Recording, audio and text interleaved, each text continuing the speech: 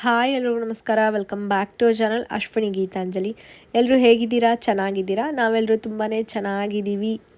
ಇವತ್ತು ನಾನು ನಿಮ್ಮ ಜೊತೆ ನನ್ನ ವೆಯ್ಟ್ ಲಾಸ್ ಜರ್ನಿಯಲ್ಲಿ ಡೇ 8 ಯಾವ ರೀತಿಯಾಗಿ ನಡೀತು, ಏನೇನೆಲ್ಲ ತೊಗೊಂಡೆ ಅನ್ನೋದನ್ನ ಶೇರ್ ಮಾಡ್ಕೊತೀನಿ. ಇವತ್ತೊಂದು ತುಂಬ ಸಿಂಪಲ್ ಆ್ಯಂಡ್ ಎಫೆಕ್ಟಿವ್ ಆಗಿರೋ ಒಂದು ಡ್ರಿಂಕ್ನ ತೊಗೊಳ್ತಾ ಇದ್ದೀನಿ. ಬ್ಯುಸಿಯಾಗಿರೋರು, ಮಾಡ್ಕೊಳ್ಳೋದಕ್ಕೆ ಟೈಮೇ ಇಲ್ಲ ಅಂತಂದವರು ಇದನ್ನು ಫಾಲೋ ಮಾಡ್ಬೋದು. ಇಲ್ಲಿ ನಾನು ಒಂದು ದೊಡ್ಡ ಮಗ್ಗಷ್ಟು ಬಿಸಿನೀರು ತೊಗೊಂಡಿದ್ದೀನಿ ಆ್ಯಂಡ್ 1 ಟೇಬಲ್ ಸ್ಪೂನ್ ಅಷ್ಟು ಚಿಯಾ ಸೀಡ್ಸ್ನ ಹಾಕ್ಕೊಂಡ್ಬಿಟ್ಟು ಬಿಸಿನೀರಲ್ಲಿ ಅದನ್ನು ಒಂದು 5 ನಿಮಿಷ ಚೆನ್ನಾಗಿ ಮಿಕ್ಸ್ ಮಾಡಿಕೊಂಡು ಪಕ್ಕಕ್ಕೆ ಇಟ್ಕೊಳ್ತೀನಿ. ಆಮೇಲೆ ಕುಡಿಯೋ ಟೈಮಲ್ಲಿ ನಾನು ಇದಕ್ಕೆ ಲೆಮನ್ನ ಹಾಕ್ಕೊಂಡ್ಬಿಟ್ಟು, ಇದು ಮಾರ್ನಿಂಗ್ ಖಾಲಿ ಹೊಟ್ಟೆಯಲ್ಲಿ ತೊಗೊಂಡಿರೋ ಅಂಥದ್ದು. ಸೊ ನನಗೆ ಯಾವ ಥರ ಮಾರ್ನಿಂಗ್ ನನಗೆ ಟೈಮ್ ಜಾಸ್ತಿ ಇತ್ತು ಅಂತಂದರೆ ಡಿಟಾಕ್ಸ್ ಜ್ಯೂಸಸ್ಸು ಆ ಥರ ಎಲ್ಲ ತೊಗೊಳ್ತಾ ಇರ್ತೀನಿ. ಆ್ಯಂಡ್ ನನಗೇನಾದರೂ ಬ್ರೇಕ್ಫಾಸ್ಟು ಇಲ್ಲ ಲಂಚ್ ಏನಾದರೂ ಹೆವಿ ತೊಗೊಳ್ತಾ ಇದ್ದೀನಿ ಅಂತ ನನಗೆ ಗೊತ್ತಿರುತ್ತಲ್ಲ, ಸೊ ಹಂಗಾಗಿ ನಾನು ವೆಯ್ಟ್ ಲಾಸ್ ಡ್ರಿಂಕ್ ಆ ಥರ ತೊಗೊಳ್ತಾ ಇರ್ತೀನಿ. ಸೊ ನನಗೆ ನನ್ನ ಟೈಮಿಂಗ್ಸಿಗೆ ನನ್ನ ಕನ್ವೀನಿಯೆಂಟ್ ಪ್ರಕಾರ ತೊಗೊಳ್ತಾ ಇರ್ತೀನಿ. ಸೊ ನಿಮಗೆ ಯಾವುದು ನಾನು ತೋರಿಸೋದ್ರಲ್ಲಿ ನಿಮಗೆ ಯಾವುದು ಚೆನ್ನಾಗಿ ಅನಿಸುತ್ತೆ ಆ್ಯಂಡ್ ಯಾವುದು ಮಾಡ್ಕೊಳ್ಳೋದು ನಿಮಗೆ ಈಸಿ ಅನಿಸುತ್ತೆ ಅದನ್ನು ನೀವು ಮಾಡ್ಕೊಳ್ಳಿ. ಇದು ಮಾತ್ರ ತುಂಬ ಸಿಂಪಲ್ ಆ್ಯಂಡ್ ಎಫೆಕ್ಟಿವ್ ಆಗಿರೋ ಅಂಥದ್ದು. ಕಾನ್ಸ್ಟಿಪೇಷನ್ ಇದ್ದರೆ ತುಂಬ ಚೆನ್ನಾಗಿ ಕಡಿಮೆ ಆಗುತ್ತೆ ಈ ಚಿಯಾ ಸೀಡ್ಸ್ ವಾಟರ್ನ ತೊಗೊಳ್ಳೋದ್ರಿಂದ. ಸೊ ಬರೀ ನೀರು ತೊಗೊಳಕ್ಕೆ ಹೋಗ್ಬೇಡಿ, ಅದ್ರ ಜೊತೆ ಸ್ವಲ್ಪ ಲೆಮನ್ ಹಾಕ್ಕೊಂಡು ತೊಗೊಳ್ಳಿ. ನಾನು ಮೊದಲೇ ತಿಳಿಸಿದ್ದೆ ನಿಮಗೆ, ನಾನು ಎಲ್ಲನೂ ಮ್ಯಾನೇಜ್ ಮಾಡಿಕೊಂಡು ಮಗುನು ನನಗೆ 10 ಮಂತ್ಸ್ ಬೇಬಿ ಇದೆ, ಸೊ ಅದನ್ನು ಮ್ಯಾನೇಜ್ ಮಾಡಿಕೊಂಡು ನನಗೆ ಯಾವ ಥರ ಈಸಿ ಅನಿಸುತ್ತೆ ಆ ಥರ ಮಾಡ್ತಾಯಿದ್ದೀನಿ ಡಯಟು. ಸೊ ಏನಾದರೂ ಸ್ವಲ್ಪ ನಿಮಗೆ ಚೇಂಜಸ್ ಮಾಡ್ಕೋಬೇಕು ಅಂತ ಅನಿಸ್ತಾ ಇದ್ದರೆ ಡೆಫಿನೆಟ್ಲಿ ನನಗೆ ತಿಳಿಸಿ, ನಾನು ಟ್ರೈ ಮಾಡ್ತೀನಿ ಚೇಂಜಸ್ ಮಾಡ್ಕೊಳ್ಳೋದಕ್ಕೆ.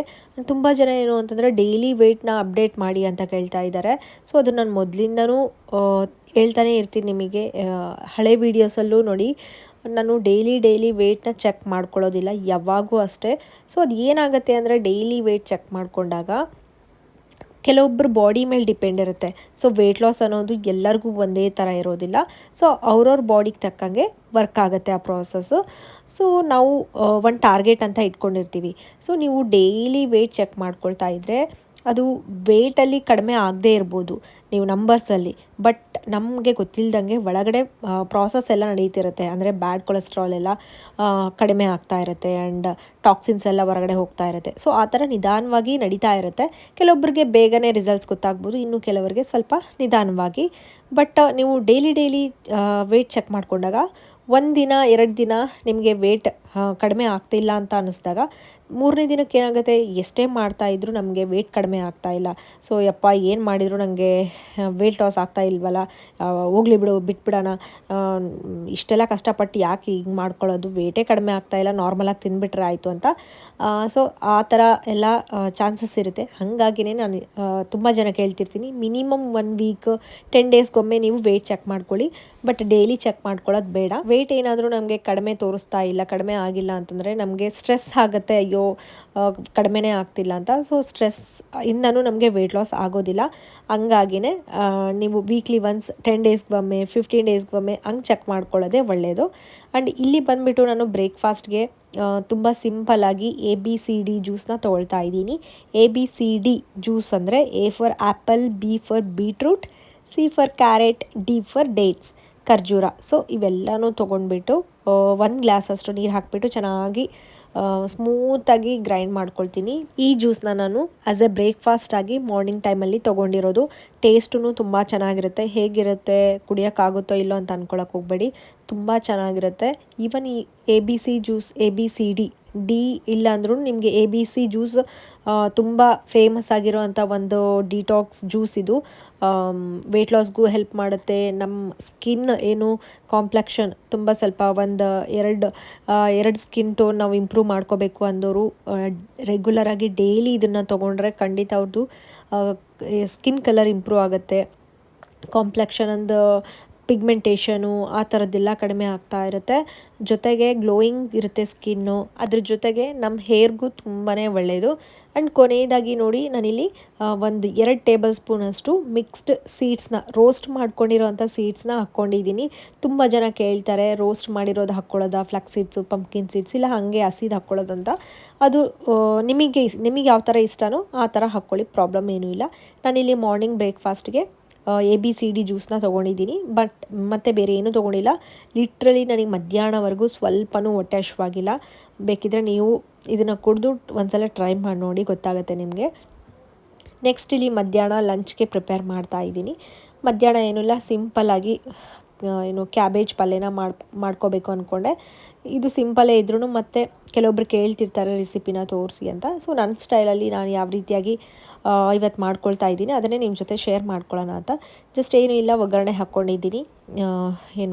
ಹಸಿಮೆಣ್ಸಿನ್ಕಾಯಿ, ಕರಿಬೇವು, ಸ್ವಲ್ಪ ಆಯಿಲ್, ಆದಷ್ಟು ಸ್ವಲ್ಪ ಆಯಿಲ್ನ ಯೂಸ್ ಮಾಡಿ. ಈ ಕ್ಯಾಬೇಜ್ ಬಂದುಬಿಟ್ಟು ತುಂಬ ಚಿಕ್ಕದಾಗಿ ಕಟ್ ಮಾಡಿಕೊಂಡು ಪಲ್ಯ ಮಾಡಿಕೊಂಡ್ರೇ ನಂಗೆ ತುಂಬ ಇಷ್ಟ ಆಗೋದು.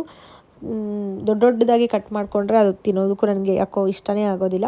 ಹಾಗಾಗಿನೇ ಕ್ಯಾಬೇಜ್ ಬಂದುಬಿಟ್ಟು ತುಂಬ ಚಿಕ್ಕದಾಗಿ ಕಟ್ ಮಾಡ್ಕೊಂಡಿದ್ದೀನಿ ನೋಡಿ. ಇದು ಸ್ವಲ್ಪ ಫ್ರೈ ಮಾಡ್ಕೊಂಡಾದ್ಮೇಲೆ ಇದಕ್ಕೆ ಸ್ವಲ್ಪ ಉಪ್ಪು, ಅರಿಶಿನ ಹಾಕ್ಬಿಟ್ಟು ಚೆನ್ನಾಗಿ ಫ್ರೈ ಮಾಡ್ಕೊಳ್ಳಿ. ಒಂದು ನೆನ್ಪಿಟ್ಕೊಳ್ಳಿ, ಕ್ಯಾಬೇಜ್ನ ಯಾವತ್ತೂ ಜಾಸ್ತಿ ಹೊತ್ತು ಕುದಿಸ್ಕೊಳ್ಳೋಕೆ ಹೋಗ್ಬೇಡಿ. ಏನಾಗುತ್ತೆ ಅಂದರೆ ಜಾಸ್ತಿ ಹೊತ್ತು ಕುದಿಸ್ಕೊಂಡ್ರೆ ಆ ಪಲ್ಯ ಟೇಸ್ಟ್ ಚೇಂಜ್ ಆಗಿಬಿಡುತ್ತೆ. ಸೊ ನೀವು ಸ್ವಲ್ಪ ನಿಮಗೆ ನೋಡೋದಕ್ಕೆ ಅನಿಸ್ಬೋದು ಹಸಿ ಬಿಸಿ ಇದೆ ಏನೋ ಅಂತ, ಬಟ್ ಟೇಸ್ಟ್ ತುಂಬ ಚೆನ್ನಾಗಿರುತ್ತೆ ಟೇಸ್ಟ್ ವೈಸ್. ಸೊ ನೋಡಿ, ಇಲ್ಲಿ ಒಂದು ಚಿಕ್ಕ ಟೊಮ್ಯಾಟೋನ ಕಟ್ ಮಾಡ್ಕೊಂಡು ಹಾಕ್ಕೊಂಡಿದ್ದೀನಿ ಅಷ್ಟೇ. ಇದೆಲ್ಲನೂ ನಿಮ್ಗೆ ಓವರಾಲ್ ಪಲ್ಯ ಜಸ್ಟ್ ಒಂದು 6 to 7 ಮಿನಿಟ್ಸ್ ಒಳಗೆ ಕಂಪ್ಲೀಟ್ ಆಗಿಬಿಡುತ್ತೆ. ಸೊ ಅಷ್ಟು ಬೇಗನೆ ಈ ಪಲ್ಯನ ಮಾಡ್ಕೊಂಬಿಡ್ಬೋದು. ಆ್ಯಂಡ್ ಕೊನೆಯದಾಗಿ ಇಲ್ಲಿ ಸ್ವಲ್ಪ ಮ್ಯಾಗಿ ಮಸಾಲ ಹಾಕ್ಕೊಂಡಿದ್ದೀನಿ. ಇದು ಆಪ್ಷನಲ್ಲು. ಮ್ಯಾಗಿ ಮಸಾಲ ಆಲ್ಮೋಸ್ಟ್ ಎಲ್ಲ ಕರೀಸ್ಗೂ ನಾನು ಹಾಕ್ಕೊಳ್ತಾ ಇರ್ತೀನಿ. ಟೇಸ್ಟ್ ಚೆನ್ನಾಗಿರುತ್ತೆ, ಫ್ಲೇವರು ಚೆನ್ನಾಗಿರುತ್ತೆ. ಕೊನೆಯದಾಗಿ ಸ್ವಲ್ಪ ಕೊತ್ತಂಬರಿ ಸೊಪ್ಪನ್ನ ಹಾಕ್ಕೊಂಡಿದ್ದೀನಿ. ಆ್ಯಂಡ್ ಸಮ್ಟೈಮ್ಸ್ ಇದಕ್ಕೆ ಹಸಿ ಕೊಬ್ಬರಿ ತುರಿ ಅದನ್ನು ಹಾಕ್ಕೊಳ್ತಾ ಇರ್ತೀನಿ. ಇವಾಗ ಇದಕ್ಕೆ ನಾನು ಮೊದಲೇ ಕುದಿಸ್ಕೊಂಡಿರೋ ಅಂಥ ತೊಗರಿ ಬೇಳೆ ಏನಿರುತ್ತಲ್ಲ, 1 ಹಿಡಿಯಷ್ಟು ಹಾಕ್ಕೊಳ್ತಾ ಇದ್ದೀನಿ. ಟೇಸ್ಟ್ ಚೆನ್ನಾಗಿರುತ್ತೆ. ಬರೀದೇ ತಿಂದ್ರೂ ಪರವಾಗಿಲ್ಲ. ಇನ್ನೂ ಸ್ವಲ್ಪ ಈ ಕುದಿಸಿರೋವಂಥ ತೊಗರಿ ಬೇಳೆನ ಆ್ಯಡ್ ಮಾಡೋದ್ರಿಂದ ಪ್ರೋಟೀನು ಹೆಚ್ಚಾಗುತ್ತೆ. ಸೊ ಅಷ್ಟೇ, ತುಂಬ ಜಾಸ್ತಿ ಹಾಕ್ಕೊಳಕ್ಕೆ ಹೋಗ್ಬಿಡಿ. ಉದುರಾಗಿರಬೇಕು. ಸ್ವಲ್ಪ ಕುದಿಸ್ಕೊಂಡಿರೋವಂಥ ತೊಗರಿ ಬೇಳೆನ ಹಾಕ್ಕೊಂಡು ಜಸ್ಟ್ ಸ್ಟವ್ ಆಫ್ ಮಾಡ್ಕೊಂಡು ಬಿಡ್ತೀನಿ ಅಷ್ಟೇ. ಬೇಕಿದ್ದರೆ ಇದಕ್ಕೆ ಸ್ವಲ್ಪ ನೀವು ಹಸಿ ಕೊಬ್ಬರಿನೂ ಆ್ಯಡ್ ಮಾಡ್ಕೋಬೋದು. ತುಂಬ ಸಿಂಪಲ್ಲಾಗಿ ಮಾಡ್ಕೊಳ್ಳೋ ಅಂಥ ಈ ಪಲ್ಯ. ಆ್ಯಂಡ್ ತುಂಬ ಬೇಗನೂ ಆಗಿಬಿಡುತ್ತೆ. ಹೇಳಿದ್ನಲ್ಲ, ಕ್ಯಾಬೇಜ್ ತುಂಬ ಹೊತ್ತು ಕುದಿಸ್ಕೊಳಕ್ಕೆ ಹೋಗಬೇಡಿ. ಇದು ನಾನು ಮಧ್ಯಾಹ್ನ ಮಾಡ್ಕೊಂಡಿರೋದು. ಸೊ ಮಧ್ಯಾಹ್ನ ಲಂಚ್ಗೆ ನಾನು ತೊಗೊಂಡಿರೋದು 1 ಜೋಳದ ರೊಟ್ಟಿ ತೊಗೊಂಡಿದ್ದೆ. ಅದಕ್ಕೆ ಕ್ಯಾಬೇಜ್ ಪಲ್ಯ ಆ್ಯಂಡ್ ಸ್ವಲ್ಪ ಟೊಮೊಟೊ ಪಪ್ಪು ತೊಗೊಂಡಿದ್ದೆ. ಇದನ್ನು ರೆಸಿಪಿ ತೋರಿಸಿದ್ನಲ್ಲ, ಸೊ ಅದೇ. ಆ್ಯಂಡ್ ಸ್ವಲ್ಪ ಸಲಾಡು. ಹಾಗೆ ಜೋಳದ ರೊಟ್ಟಿ ರೆಸಿಪಿ ಬಗ್ಗೆ ಕೇಳ್ತಾ ಇದ್ದೀರಾ. ಖಂಡಿತ ನೆಕ್ಸ್ಟ್ ಅಪ್ಕಮಿಂಗ್ ವೀಡಿಯೋಸಲ್ಲಿ ತೋರಿಸ್ತೀನಿ ನಾನು. ಜೋಳದ ರೊಟ್ಟಿ ಆಗಿರ್ಬೋದು, ಸಜ್ಜೆ ರೊಟ್ಟಿ, ಅದನ್ನು ರೆಡಿ ಅಂದರೆ ಮಿಲ್ಲಿಗೆ ಹಾಕ್ಸ್ಬೇಕಾದ್ರೆ ಯಾವ ರೀತಿ ಅದರಲ್ಲಿ ಏನೇನು ಮಿಕ್ಸ್ ಮಾಡಿಕೊಂಡು ಹಾಕ್ಸ್ಕೊಳ್ತೀನಿ ಅದನ್ನೆಲ್ಲ ಶೇರ್ ಮಾಡಿದರೆ ನಿಮಗೂ ಚೆನ್ನಾಗಿರುತ್ತೆ ಅಂತ ಅಂದ್ಕೊಂಡು ಸುಮ್ಮನೆ ಇದ್ದೀನಿ ಅಷ್ಟೇ. ಆದಷ್ಟು ಬೇಗನೆ ರೆಸಿಪೀಸ್ನೆಲ್ಲ ತೋರಿಸ್ತೀನಿ ನಿಮಗೆ. ಆ್ಯಂಡ್ ಮಧ್ಯಾಹ್ನ ಊಟ ಆದಮೇಲೆ ನೆಕ್ಸ್ಟು ನಾನು ಈವ್ನಿಂಗ್ ಟೈಮಲ್ಲಿ ವಾಕಿಗೆ ಹೋಗ್ತೀನಿ. ಎಲ್ಲರೂ ಕೇಳ್ತಾ ಇದ್ದೀರಾ ಏನು ವರ್ಕೌಟ್ಸ್ ಏನೂ ಮಾಡ್ತಾ ಇಲ್ವಾ ಅಂತ. ನಾನು ಮೊದಲೇ ತಿಳಿಸಿದ್ದೆ ಫಸ್ಟ್ ವಿಡಿಯೋಸ್ ಅಂದರೆ ಡೇ 1 ನಾನು ಸದ್ಯಕ್ಕೆ ವಾಕ್ ಮಾಡ್ತಾಯಿದ್ದೀನಿ. ಒಂದು ಹಾಫ್ ಆನ್ ಅವರ್, ಅದೂ ಅಷ್ಟೇ ಒಂದು ಹಾಫ್ ಆನ್ ಅವರ್ ಅಷ್ಟು ವಾಕ್ ಮಾಡ್ತಾಯಿದ್ದೀನಿ. ಬ್ರಿಸ್ಕ್ ವಾಕ್, ನಾರ್ಮಲಾಗಿ ವಾಕ್ ಅಲ್ಲ, ಬ್ರಿಸ್ಕ್ ವಾಕ್ ಮಾಡ್ತಾಯಿದ್ದೀನಿ. ವರ್ಕೌಟ್ಸ್ ಇನ್ನೂ ಏನೂ ಮಾಡಿಲ್ಲ. ನಾನು ಸ್ಟಾರ್ಟ್ ಮಾಡಿದಾಗ ಖಂಡಿತ ಅಪ್ಡೇಟ್ ಮಾಡ್ತೀನಿ. ಸೊ ನನಗೆ ಟೈಮ್ ಸಿಗೋದು 5:30, ಅಂದರೆ ಈವ್ನಿಂಗ್ ಟೈಮಲ್ಲಿ ಸ್ವಲ್ಪ ಲಡ್ಡು ಪಾರ್ಕಲ್ಲಿ ಆಟಾಡ್ಕೊಂಡು ಇರ್ತಾನೆ. ಆ ಟೈಮಲ್ಲಿ ನಾನು ಒಂದು ಹಾಫ್ ಆನ್ ಅವರ್ 40 ಮಿನಿಟ್ಸ್ ಅಷ್ಟು ವಾಕ್ ಮಾಡ್ತೀನಿ ಅಷ್ಟೇ. ಅವ್ನು ಮನೇಲಿದ್ದರೆ ಖಂಡಿತ ನನಗೆ ವಾಕಿಂಗ್ ಮಾಡೋಕ್ಕೆ ಅದಕ್ಕೆಲ್ಲ ಆಗೋದೇ ಇಲ್ಲ.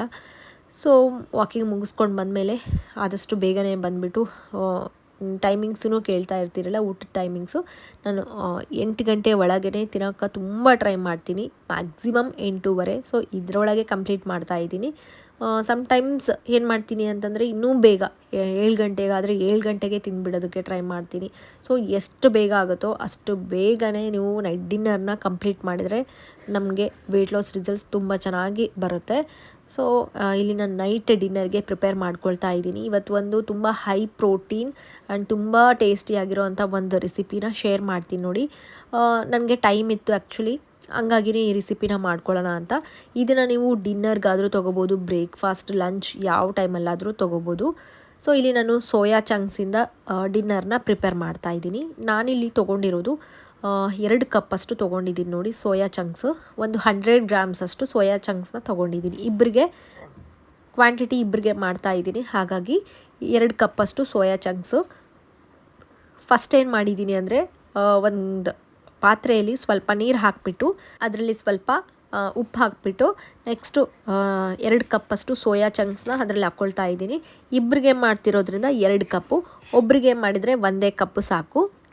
ಸೊ ಈಗ ಇದು ಚೆನ್ನಾಗಿ ಕುದಿಸ್ಕೋಬೇಕು. ಒಂದು 10ರಿಂದ 12 ನಿಮಿಷದವರೆಗೂ ಚೆನ್ನಾಗಿ ಕುದಿಸ್ಕೊಳ್ತೀನಿ ಇದನ್ನು, ಸೋಯಾ ಚಂಕ್ಸಲ್ಲಿ ನಮಗೆ ತುಂಬಾ ಪ್ರೋಟೀನ್ ಇರುತ್ತೆ.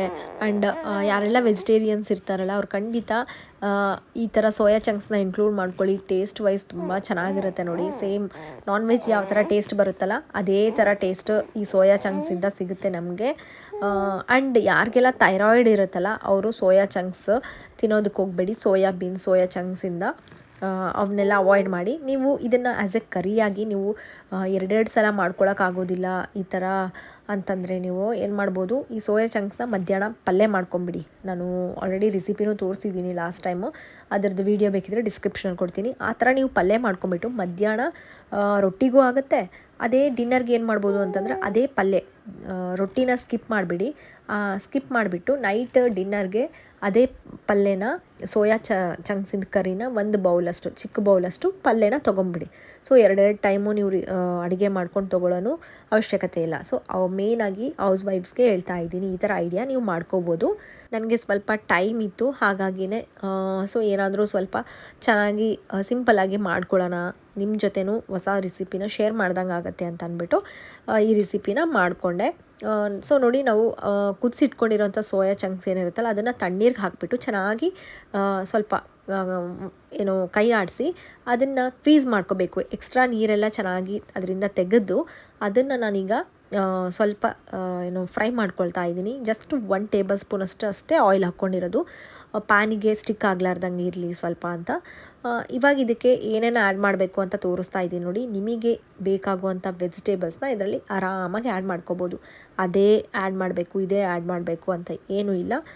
ನಿಮಗೆ ಹೂಕೋಸು, ಕ್ಯಾಬೇಜು ಅಥವಾ ಕಾಲಿಫ್ಲವರು, ಕ್ಯಾರೆಟು ಆ ಥರದ್ದು ಏನಾದರೂ ಮಾಡ್ಬೋದು. ನಾನಿಲ್ಲಿ ಕ್ಯಾಪ್ಸಿಕಮ್ ಆ್ಯಂಡ್ ಈರುಳ್ಳಿ, ಟೊಮ್ಯಾಟೊ ಅದನ್ನು ಹಾಕಿಬಿಟ್ಟು ಜಸ್ಟ್ ಎಲ್ಲ ಹಸಿಯಾಗೇ ತಿನ್ಬೋದು. ಬಟ್ ಹಸಿಯಾಗಿ ತಿನ್ನೋದಕ್ಕೆ ಆಗೋದಿಲ್ಲ ನಮ್ಮ ಕೈಲಿ ಅಂದವರು ಈ ಥರ ಜಸ್ಟು 1 ನಿಮಿಷ ಕೂಡ ಇಲ್ಲ, ಒಂದು 30 to 40 ಸೆಕೆಂಡ್ಸ್ ಅಷ್ಟೇ ಇದನ್ನು ನಾವು ಫ್ರೈ ಮಾಡ್ಕೋಬೇಕು. ಅದೂ ಮೀಡಿಯಮ್ ಫ್ಲೇಮಲ್ಲಿ ಇಟ್ಕೊಂಡು, ಹೈ ಫ್ಲೇಮಲ್ಲಿ ಇಟ್ಕೊಬೇಡಿ. ಆ್ಯಂಡ್ ಕೊನೆಯದಾಗಿ ನಾನಿಲ್ಲಿ ಪಾಲಕ್ ಏನು ಸೊಪ್ಪಿದೆಯಲ್ಲ 2 ಕಟ್ಟಷ್ಟು ಪಾಲಕ್ ಸೊಪ್ಪನ್ನ ಹಾಕ್ಕೊಂಡಿದ್ದೀನಿ. ಅದೂ ಅಷ್ಟೇ ಕೊನೆಯದಾಗಿ ಹಾಕ್ಕೊಂಡಿದ್ದೀನಿ. ಇವೆಲ್ಲ ನಮಗೆ ಹೆಚ್ಚಾಗಿ ಫೈಬರ್ ಸಿಗುತ್ತೆ ಮೇಯ್ನಾಗಿ, ಆ್ಯಂಡ್ ಪ್ರೋಟೀನು ಸಿಗುತ್ತೆ. ಸೊ ನೋಡಿ, ಈ ಥರ ಒಂದು ಹೆಲ್ದಿಯೆಸ್ಟ್ ಆಪ್ಷನು. ಇದನ್ನು ಹೇಳಿದ್ನಲ್ಲ, ಡಿನ್ನರ್ಗಾದರೂ ತೊಗೊಳ್ಳಿ, ಬ್ರೇಕ್ಫಾಸ್ಟ್, ಲಂಚ್ ಯಾವುದಕ್ಕಾದರೂ ತೊಗೋಬೋದು. ಇದರಲ್ಲಿ ನಾನು ಅರ್ಧ ಭಾಗದಷ್ಟು ತೊಗೊಳ್ತೀನಿ ಒಬ್ಬರಿಗೆ. ಇಲ್ಲಿ ಇಬ್ಬರಿಗೆ ಪ್ರಿಪೇರ್ ಮಾಡ್ತಿರೋದ್ರಿಂದ ನಿಮಗೆ ಕ್ವಾಂಟಿಟಿನೆಲ್ಲ ಕರೆಕ್ಟಾಗಿ ತೋರಿಸ್ತಾ ಇದ್ದೀನಿ, ಹೇಳ್ತಾ ಇದ್ದೀನಿ. ನಿಮಗೆ ನಾನು ಮಾಡೋ ಅಂಥ ಎಲ್ಲ ರೆಸಿಪೀಸು ತುಂಬಾ ಇಷ್ಟ ಆಗ್ತಿದ್ದಾವೆ. ನನಗೂ ತುಂಬಾ ಖುಷಿಯಾಗುತ್ತೆ ನಿಮ್ಮ ಕಮೆಂಟ್ಸ್ ಎಲ್ಲ ನೋಡಿದರೆ. ಇದೇ ಥರ ನನಗೆ ಸಪೋರ್ಟ್ ಮಾಡಿ.